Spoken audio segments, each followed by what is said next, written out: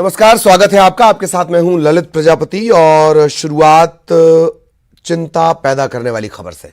अंबिकापुर से खबर है, एक नाबालिग ने फांसी लगाकर खुदकुशी कर ली। वजह क्या थी? नाबालिग ने फांसी लगाकर खुदकुशी कर ली क्योंकि मां ने उसे तंबाकू खाने से मना किया था। तंबाकू खाते देखकर मां ने उसे फटकार लगाई और इसके बाद इस नाबालिग ने आत्मघाती कदम उठाया। आत्महत्या के बाद पूरा परिवार सदमे में है। कोतवाली थाना क्षेत्र के परसा गांव का यह मामला है। बेहद परेशान करने वाली खबर। तंबाकू खाते देख मां ने फटकार लगाई और तंबाकू खाने से मना किया। नाबालिग को यह इतना नागवार गुजरा कि उसने फांसी लगाकर जान दे दी। अंबिकापुर के परसा गांव का यह पूरा मामला।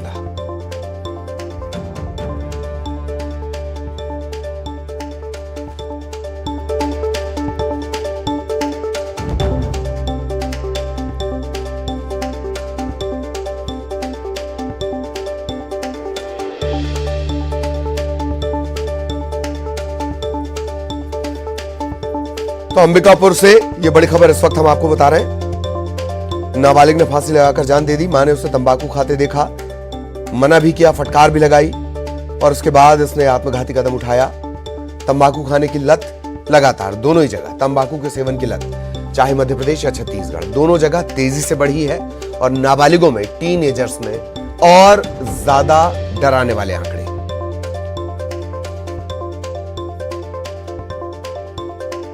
इसी खबर से जुड़ी यह खबर अंबिकापुर से परसा गांव का मामला। श्रवण हमारे सहयोगी इस वक्त हमारे साथ जुड़े हुए हैं। श्रवण, बहुत चिंता बढ़ाने वाली खबर, परेशान करने वाली खबर, विस्तार से बताएं जरा।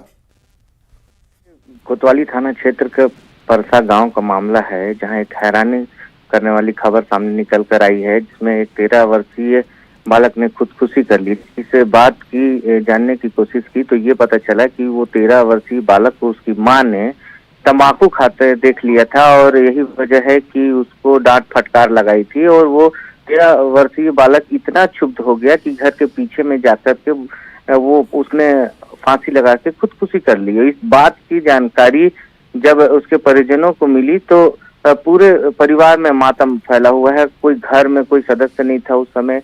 आनंद फानन में उसके आस पड़ोस के लोगों की मदद से उसे किसी तरह उतार करके मेडिकल कॉलेज अस्पताल लेकर आया गया, लेकिन डॉक्टरों ने उसे मृत घोषित कर दिया। तो कुल मिलाकर ये कहा जाए कि आज के जो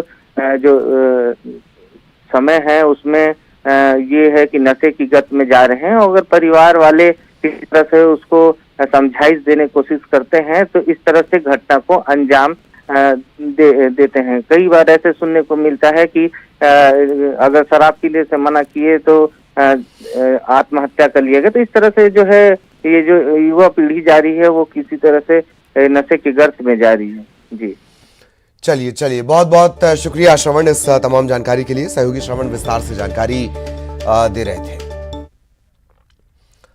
और अब खबर कोरोना से जुड़ी हुई। आज देश और प्रदेश, चाहे मध्य प्रदेश हो या छत्तीसगढ़ हो, कोरोना को लेकर एक मॉकड्रिल होनी है। पूरे देश में यह मॉकड्रिल होगी।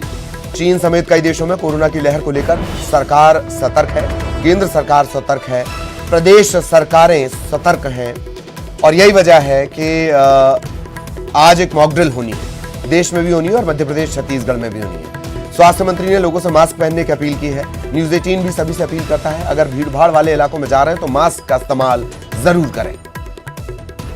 आपसे यह भी अपील कि कोरोना का बूस्टर डोज जरूर लें। बीच में कुछ अफवाहों के चलते बूस्टर डोज में कमी आई है। तकरीबन 70% लोग ऐसे जिन्होंने बूस्टर डोज नहीं लिया है। ये गलती कतई ना करें।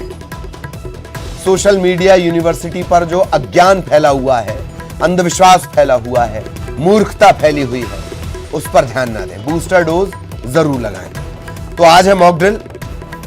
देश भर के एयरपोर्ट पर रैंडम सैंपलिंग भी होगी। राज्यों में किस तरह की स्थितियां होगी ये अपडेट हम आपको अभी देंगे।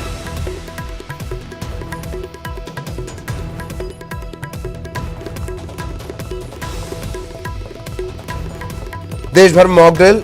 केंद्र ने सभी राज्यों और केंद्र शासित प्रदेशों के लिए एडवाइजरी जारी की थी। मॉकड्रिल के दौरान आइसोलेशन बेड्स की क्षमता, ऑक्सीजन बेड, आईसीयू बेड, ये तमाम पैरामीटर्स चेक किए जाएंगे जो पहली और दूसरी लहर के दौरान सुने गए और जिनके चलते स्थितियां बिगड़ी। ड्रिल में डॉक्टर, नर्स, पैरामेडिकल, आशा, आंगनवाड़ी कार्यकर्ता, ये तमाम लोग शामिल होंगे। एयरपोर्ट पर रैंडम सैंपलिंग ली जाएगी। आंकड़े आपको बता दें, चीन और चीन से जुड़े हुए जो देश हैं वहां से जो भारतीय नागरिक लौटे हैं 15, वो कोरोना पॉजिटिव पाए गए। थाईलैंड से बिहार आए 9 नागरिक, म्यांमार और इंग्लैंड के 2 नागरिक, इनकी कोरोना रिपोर्ट पॉजिटिव। म्यांमार से दिल्ली आए 4 विदेशियों की रिपोर्ट पॉजिटिव। जीनोम सीक्वेंसिंग के लिए सैंपल भेजे गए हैं क्योंकि ओमिक्रॉन का जो वेरिएंट है वो सिर्फ जीनोम सीक्वेंसिंग से पकड़ में आता है। कोलकाता एयरपोर्ट पर भी 2 पॉजिटिव मामले।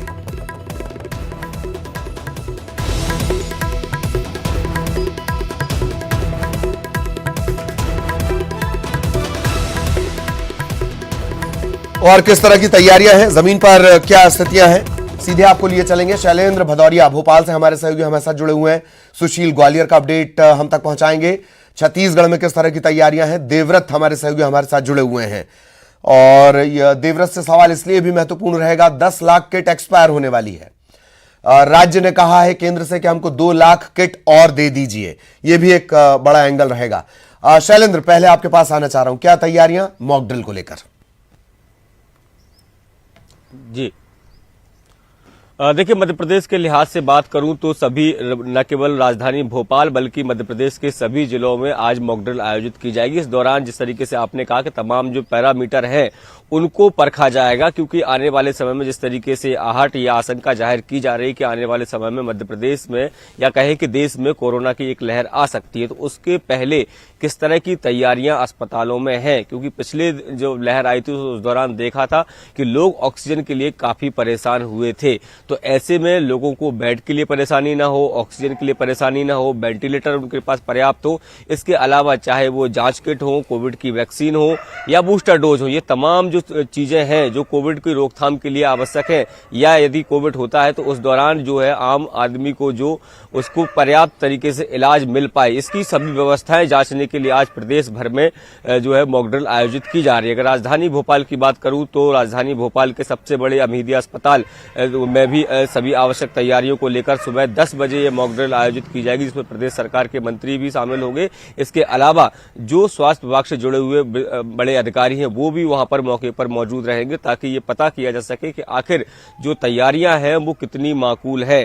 क्योंकि मध्य प्रदेश के लिहाज से भी बात करूं तो जीनोम सीक्वेंसिंग के आदेश मध्य प्रदेश सरकार ने भी दे दिए हैं। न केवल राजधानी भोपाल, इसके अलावा इंदौर की बात करूं, जबलपुर की बात करूं या फिर ग्वालियर और उज्जैन, 5 सेंटर ऐसे हैं जहां पर जीनोम सीक्वेंसिंग की जो जांच है वो हो सकेगी। क्योंकि पहले केवल राजधानी भोपाल के एम्स में ही जीनोम सीक्वेंसिंग होती थी। ऐसे में जो कोविड का पेशेंट है उसकी जो उसमें किस तरह का वेरिएंट है ये पता करने में समय लग जाता था, और यही कारण है कि मध्य प्रदेश सरकार ने अब 5 अलग अलग सेंटर्स पर जांच के आदेश दिए हैं। हालांकि मध्य प्रदेश के लिहाज से बात करें तो अभी राहत की खबर है, प्रदेश में महज 3 से 4 ही पॉजिटिव केसेस हैं, वो भी होम आइसोलेशन में हैं।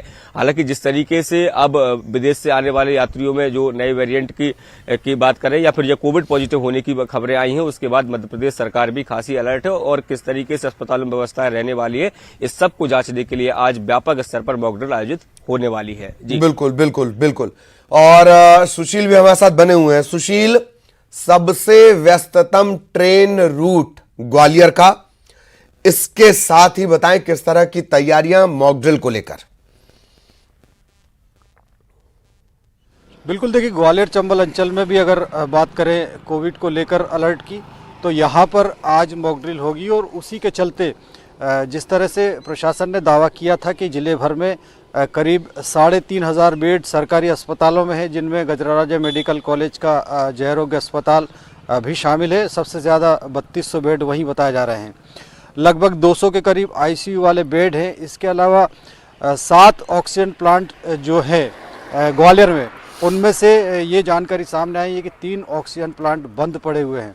इसके बाद मॉकड्रिल की बात करें तो निश्चित तौर पर ज्योतिरादित्य सिंधिया ने भी कल ये कहा था कि जो एयरपोर्ट है देश भर के 90,000 के करीब मुसाफिर वहाँ आ रहे हैं और 2% के करीब रेंडम सैंपलिंग की जा रही है मुसाफिरों की। तो ग्वालियर एयरपोर्ट की बात करें या रेलवे स्टेशन की बात करें तो सभी जगह आज मॉक ड्रिल जो है उसका असर कहीं ना कहीं देखने के लिए मिलेगा, क्योंकि जो पहली दूसरी लहर आई थी उसमें ज़्यादा परेशानियां भी लोगों को हुई थी। तो इसी के चलते अब जो विश्वव्यापी अलर्ट है उसके तहत आज जो मॉक ड्रिल होगी उसमें प्रशासनिक तैयारियां कितनी है, स्वास्थ्य विभाग कितना तैयार है, ये भी सामने आएगा। इसके अलावा किस तरह आने वाले समय में अगर इस तरह के हालात बनते हैं तो कैसे निपटा जाएगा, इन सब की जो तस्वीर है वो आज सामने आएगी जब यहाँ पर ये मॉक ड्रिल होगी। बिल्कुल बिल्कुल। देवव्रत, आपके पास मैं आना चाहूंगा। बूस्टर डोज को लेकर छत्तीसगढ़ का खराब ट्रैक रिकॉर्ड, आरटीपीसीआर की 2 लाख किट मांगे जाने की खबर कल हमने लगातार दिखाई। इन सब के बीच मॉक ड्रिल की क्या तैयारियां?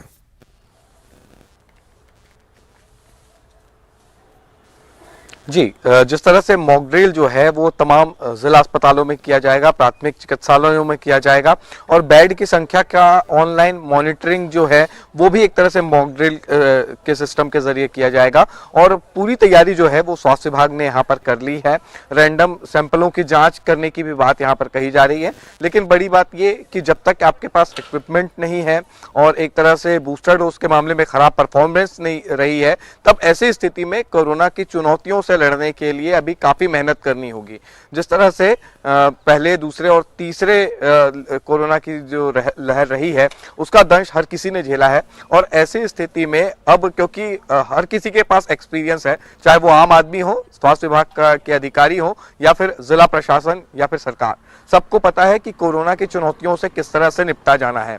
और अब इसकी मॉक ड्रिल की जा रही है। देखना यह होगा कि मॉक ड्रिल में व्यवस्था कितनी चाक चौबंद दिखाई देती है, क्योंकि जिस तरह से टेस्टिंग पर अभी हमने देखा कि टेस्टिंग किट्स जो हैं उसकी कमी की बात सामने आ रही है। कुछ दिनों में कई तकरीबन 10 लाख किट जो हैं वो एक तरह से एक्सपायर हो जाएंगे। फिर से एक बार केंद्र से मांग की गई है। हालांकि स्वास्थ्य विभाग से हमने बातचीत भी की। स्वास्थ्य विभाग का ये कहना है कि केंद्र से लगातार टेस्टिंग किट को लेकर के मांग की जा रही है। इसके अलावा 3 लाख करीब जो बूस्टर डोज हैं वो इस वक्त छत्तीसगढ़ के पास है, छत्तीसगढ़ में स्वास्थ्य विभाग के पास है और अगर जरूरत पड़ती है तो अलग से बूस्टर डोज की भी मांग यहाँ पर की जा सकती है। रही बात मॉक ड्रिल की तैयारियों को लेकर के, तो प्रदेश के सबसे बड़े अस्पताल अंबेडकर अस्पताल और इसके अलावा जहां जहां पर भी कोविड के अलग से सेंटर्स बनाए गए थे वहां भी उन तैयारियों को एक बार फिर से परखा जा रहा है। देखना होगा कि तैयारियों पर और कसौटियों पर कितने खरे सरकारी अस्पताल निकलते हैं, क्योंकि इसके बाद जो रिपोर्ट है वो केंद्र सरकार को भेजी जानी है कि आखिर मॉक ड्रिल में आपकी व्यवस्थाएं किस तरह की है, वो कौन सी चीजें हैं जिसकी आपको जरूरत है और आने वाले दिनों में केंद्र से किस तरह की मदद राज्य सरकारों को मिल सकती है। तो ये तमाम तरह की चीजें होंगी जो इस मॉक ड्रिल में देखी जा सकती है। बिल्कुल बिल्कुल, बहुत बहुत शुक्रिया आप सभी का। लेकिन शैलेंद्र और सुशील हमारे साथ बने रहेंगे, कुछ और अहम खबरों को लेकर आगे हम उनसे चर्चा करेंगे। और अब सर्दी से जुड़ी खबर आपको बताते हैं। भोपाल में भी सर्दी बढ़ते जा रही है। पहाड़ों से जो बर्फीली हवाएं आ रही हैं वो ठंडक बढ़ा रही हैं। राजधानी में 1 जनवरी से ऐसा मौसम विभाग का अनुमान है कि घना कोहरा राजधानी में छाएगा और मध्य प्रदेश के कई शहरों में जो न्यूनतम तापमान है वो अभी 10 डिग्री के करीब पहुंच चुका है मध्य प्रदेश के कई इलाकों में।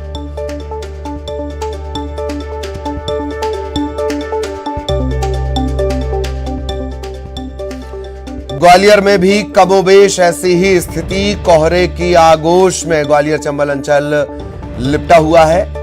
घना कोहरा, पहला घना कोहरा, विजिबिलिटी 20 मीटर से कम है। कोहरे के चलते रेल सड़क यातायात प्रभावित है। उत्तर भारत से सर्द हवाएं आ रही हैं।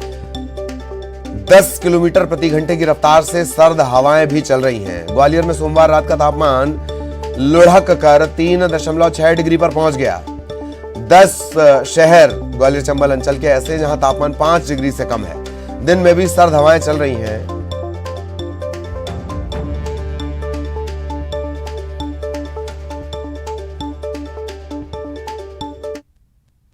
और दिन की अपेक्षा काफी ज्यादा है। कोहरा भी हो गया है, हवा भी चल रही है। ठंडी तो ज्यादा है, ज़्यादा ठंड है आज रोड भी। आज किस तरह का मौसम है सर? आज मौसम जो है ना बहुत बिगड़ गया है। टेम्परेचर जो है ना 2 डिग्री कम से कम हुआ है और शीत लहर बहुत ज़्यादा चलने लगी है। तो इससे जो है ना ठंड की वजह से कपकपाहट शुरू हो रही है।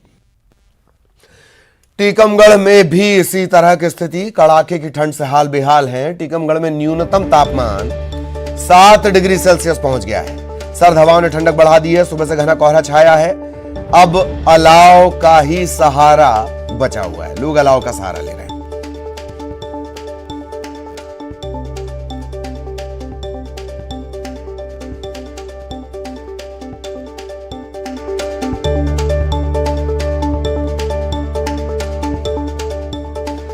और हमारे सहयोगी लगातार हमारे साथ बने हुए हैं। शैलेंद्र भोपाल से बने हुए हैं, सुशील ग्वालियर से हमारे साथ बने हुए हैं। शैलेंद्र, अब धीरे धीरे कल जब हम चर्चा कर रहे थे तो हल्का हल्का आनंद ये सर्दी दे रही थी, अब ये धीरे धीरे सितम की तरफ जा रही है।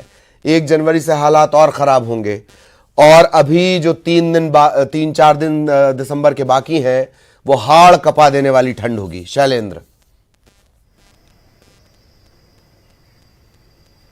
बिल्कुल आपने ठीक कहा कि भले ही सर्दी अभी सुखद एहसास दे रही हो, लेकिन जैसे जैसे समय आगे बढ़ेगा वैसे वैसे लोगों के लिए परेशानी का सबब बनेगी। क्योंकि 25 दिसंबर के पहले की अगर बात करूं तो केवल रात का तापमान थोड़ा सा कम हो रहा था, लेकिन दिन में तेज धूप थी जिससे लोगों को कतई कोई दिक्कत नहीं हो रही थी। बल्कि लोग ये सोच रहे थे कि सर्दी आखिर कब पड़ेगी, क्योंकि इस बार पूरे देश में सर्दी जो है काफी देर से दस्तक दी और यही कारण है कि राजधानी में भी 25 दिसंबर के बाद से ही जो मौसम में बड़ा बदलाव देखने को मिला। अचानक से जो सर्द हवाएं चलना शुरू हुई वो उत्तर भारत से चलते चलते भोपाल तक पहुंची और उसके बाद मौसम ने यहां पर एकदम से परिवर्तन कर लिया। न केवल रात में काफी सर्दीली हो गई है, बल्कि अब दिन में भी तेज धूप नहीं निकल रही, बल्कि जो तेज हवाएं हैं, ठंडी हवाएं हैं, वो लोगों को अब परेशान करने लगी है। और मौसम विभाग का जिस तरीके से पूर्व अनुमान है कि अभी आज और कल जिस तरीके से हल्के बादल छाए हुए हैं जिसकी वजह से तापमान में तो गिरावट दर्ज नहीं की गई है, लेकिन हवाएं जो हैं वो काफी सर्द हैं। तो इससे होगा जब लगातार बादल छाए रहेंगे तो आने वाले समय में 1 जनवरी से देखने में हो सकता है कि राजधानी भी ग्वालियर चंबल संभाग की तरह जो घना कोहरा है उसके आगोश में लपट जाए। तो ये कोई बड़ी बात नहीं होगी, क्योंकि लगातार जिस तरीके से सर्द हवाओं के चलते मौसम में ठंडक हो रही है, ये कहें कि जो पश्चिमी विक्षोभ है उसका असर जो है वो लगातार कम हो रहा है। और जिसके चलते अब ये माना जा रहा है, जिस तरीके से मौसम विभाग ये कह रहा है कि पूरे प्रदेश में आने वाले सप्ताह में जो कड़ाके की ठंड का सामना लोगों को करना पड़ेगा। जी बिल्कुल बिल्कुल। और ग्वालियर में तो स्थितियां अब सर्द हवाएं भी चलने लगी हैं। सुशील के साथ संभवतः कुछ लोग भी हैं। सुशील, आप चर्चा कर सकते हैं शीतलहर जैसी स्थितियां। सुशील, बिल्कुल, देखिए ग्वालियर चंबल अंचल में इस वक्त कड़ाके की सर्दी पड़ रही है। तापमान की अगर बात करें तो सोमवार रात का जो न्यूनतम तापमान है वो गिरकर 3.6 डिग्री आ गया था। आज की अगर बात करें तो सुबह से ही ग्वालियर चंबल अंचल कोहरे की आगोश में लिपटा हुआ है और विजिबिलिटी सुबह के वक्त जो है 20 मीटर से भी कम रही थी। यही वजह है कि ग्वालियर चंबल अंचल में जो 10 किलोमीटर प्रति घंटे की रफ्तार से सर्द हवाएं चल रही है उसके चलते पूरा अंचल ठिठुरा हुआ है। लोग सुबह निकले हैं तो आज उनको इस सीजन की सबसे पहली कोहरे और सर्दी का एहसास हुआ। सर, किस तरह की सर्दी है आज? सर्दी ज़्यादा है, कल से ज़्यादा है। बाकी तो बचपन से ही ग्वालियर में रहे हैं तो सर्दी तो ऐसी देखी है हमने। कोहरा पहली बार अभी इस सीजन का हुआ है आज। कोहरा अभी मेरे को तो नहीं लग रहा कि इतना जितना जैसा कोहरा पड़ता है। किस तरह की सर्दी है आज? सर्दी आज काफ़ी ज़्यादा सर्दी है और कोहरा भी है, परेशान करने वाली सर्दी। और भी लोग हैं सुबह के वक्त जो निकले हैं, इनसे कोशिश करेंगे बात करने की। सर, आज किस तरह की सर्दी है? कैसी सर्दी है सर आज? नॉर्मल है सर्दी। हाँ, नॉर्मल है। और दिनों की अपेक्षा बड़ी है? यहाँ थोड़ी बहुत बड़ी है। तो निश्चित तौर पर कहीं ना कहीं सर्दी का जो असर है धीरे धीरे ये बढ़ता जा रहा है। लोग भी जब घर से निकल रहे हैं तो कोहरे का लुत्फ भी उठा रहे हैं, लेकिन आज कहीं ना कहीं जिस तरह से तापमान का पारा सोमवार रात का 3.6 डिग्री हुआ था, उससे अनुमान है कि अब दिसंबर का जो अंतिम सप्ताह ये चल रहा है, इस सप्ताह में कड़ाके की सर्दी पड़ेगी और इस बार जनवरी का जो महीना रहेगा वो पूरा ठिठुरन भरा रहेगा ग्वालियर चंबल अंचल में। और तापमान का जो रिकॉर्ड है इस बार संभवतः टूट सकता है, क्योंकि इस साल बारिश भी तेज हुई थी, ज्यादा बारिश हुई, तो यही वजह है कि अब सर्दी का असर भी ग्वालियर चंबल अंचल में ज्यादा रहेगा। बिल्कुल बिल्कुल बिल्कुल। बहुत बहुत धन्यवाद सुशील आपका इस तमाम जानकारी के लिए। शैलेंद्र हालांकि लगातार हमारे साथ बने हुए हैं। अब सर्दी में सिर्फ आपका चेहरा नहीं सिकुड़ रहा है, जेब भी सिकुड़ रही है। भोपाल से बड़ी खबर, दूध की कीमतों में उबाल आया हुआ है। सांची के बाद अब बाकी कंपनियों के दूध के दाम में बढ़ोतरी हुई है। भोपाल में श्रीधी और सौरभ मिल्क के पैकेट महंगे हुए हैं। दोनों ही कंपनियों ने प्रति लीटर 2-2 रुपए की बढ़ोतरी कर दी है। श्रीधी और सौरभ, इन दोनों कंपनियों ने 2 रुपए प्रति लीटर की बढ़ोतरी कर दी है।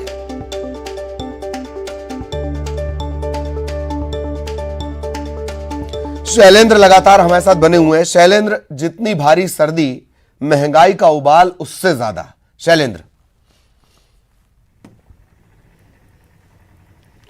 बिल्कुल आपने ठीक कहा कि सर्दी का मौसम है और ऐसे में सुबह सुबह चाय पीने की आदत सबको होती है और कई बार चाय पीने की आदत होती है। लेकिन जिस तरीके से अब राजधानी का है या पूरे मध्य प्रदेश में दूध के दामों में बढ़ोतरी हो रही है, तो वो अब कहीं ना कहीं लोगों की जेब पर भारी पड़ने लगी है। पहले प्रदेश में सबसे अधिक बिकने वाले सांची दूध ने अपने 2 लीटर प्रति लीटर के हिसाब से रेट बढ़ाए और उसके 2 दिन बाद ही जो अन्य कंपनियां हैं वो भी मैदान में आ गई और उन्होंने कहा कि हम उनके भी तरफ से एक आदेश जारी कर दिए गए कि उनकी जो रेट है वो भी 2-2 रुपए बढ़ा दिए गए। अब अगर बात करें तो एक कंपनी और बचती है जो अमूल, जो सबसे अभी सस्ता दूध मिल रहा है और ये पूरी तरीके से उम्मीद है कि जिस तरीके से अभी हाल ही में 1 सप्ताह के अंदर 3 कंपनियों ने अपने दूध के दाम बढ़ाए, तो आने वाले समय में बाकी जो कंपनियां हैं वो भी पीछे नहीं रहेंगी क्योंकि वो भी अपने दूध के दाम बढ़ाएंगी। तो कहीं ना कहीं ये लगातार जो महंगाई की मार है वो मध्य प्रदेश वासियों को झेलनी पड़ रही है। हालांकि अगर छोटे शहरों की बात करूं तो वहां ओपन दूध ज्यादा बिकता है, लेकिन बड़े शहरों में लोग जो पैकेट दूध होता है उस पर ही डिपेंडेंट रहते हैं और ऐसे में लगातार जो दाम बढ़ रहा है वो लोगों को कहीं ना कहीं घर के बजट को बिगाड़ने का भी काम कर रहे हैं। बिल्कुल बिल्कुल, बहुत बहुत शुक्रिया शैलेंद्र इस तमाम जानकारी के लिए। सहयोगी शैलेंद्र जानकारी दे रहे थे। उज्जैन से बड़ी खबर मिल रही है। रेलवे स्टेशन से बच्चा गायब हो गया। सीसीटीवी में बच्चे को ले जाते एक अज्ञात व्यक्ति दिखा है और पुलिस से मदद की गुहार लगाती महिला का वीडियो वायरल हो रहा है। जीआरपी पुलिस ने 28 घंटे बाद अपहरण की रिपोर्ट लिखी है। अजय पटवा संवाददाता उज्जैन हमारे साथ जुड़े हुए हैं। अजय, बहुत संक्षेप में क्या अपडेट इस मामले में? जी देखिए, 23 तारीख की रात को ये महिला अपने पति से झगड़ा करने के बाद भोपाल के लिए निकली थी। इसी दौरान 24 दिसंबर की सुबह जब वे अपने बच्चे की वो दूध की बोतल धोने के लिए थोड़ी दूर आगे गई, बच्चा वहां से गायब हो गया था। इसके बाद जब महिला ने आके देखा तो बच्चा नहीं मिला। इसके बाद महिला ने जीआरपी पुलिस के पास गई और उन्हें बताया कि मेरे बच्चे को कोई व्यक्ति ले गया है। हाँ। पर इसके बाद भी पुलिस ने उसकी नहीं सुनी और उसको वहां से भगा दिया। इसके बाद महिला बच्चे को ढूंढते हुए Dewas gate railway bus stand तक गई, जहां पर कुछ लोगों ने उसकी मदद की। इसके बाद जीआरपी थाना पुलिस के पास जाकर लोगों ने गुहार की। इसके बाद जीआरपी पुलिस ने सीसीटीवी चेक किए तो उसमें एक व्यक्ति बच्चे को ले जाते हुए दिखाई दिए। इसके बाद 28 घंटे बाद पुलिस ने जो है अब जीआरपी पुलिस ने मामले में मामला दर्ज किया। बाबा महाकाल की नगरी में 28 घंटे एफआईआर के लिए लग जाते हैं। शुक्रिया इस तमाम जानकारी के लिए। बुलेटिन में इतना ही। नमस्कार।